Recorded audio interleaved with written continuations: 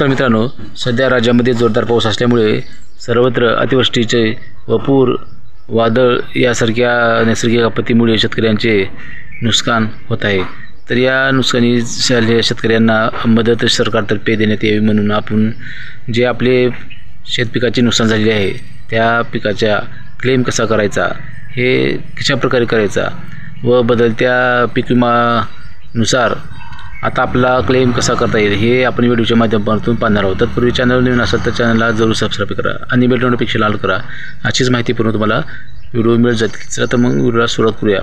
तर मित्रांनो, राज्यात सध्या जोरदार पाऊस असल्यामुळे शेतकऱ्यांचे जनावरे असतील, गुरं असतील किंवा त्यांचे गोटे असतील किंवा स्थावर मालमत्ता किंवा जंगम मालमत्ता असेल किंवा पिकाची नुकसान असेल, फळबागाचे नुकसान असेल, हे सध्या जोरदार नुकसान सध्या शेतकऱ्याला सोसावे लागत आहे।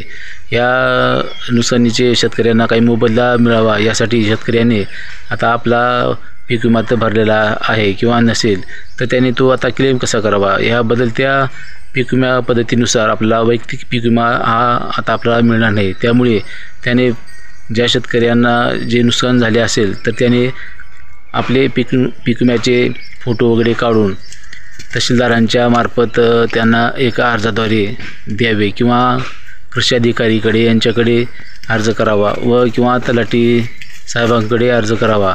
या पद्धतीने तुम्ही अर्ज करून त्यांच्याकडून पंचनामे करून घेऊ शकता। सध्या राज्यामध्ये अधिकाऱ्याला पंचनामे करण्याचे आदेश देण्यात आलेले आहेत।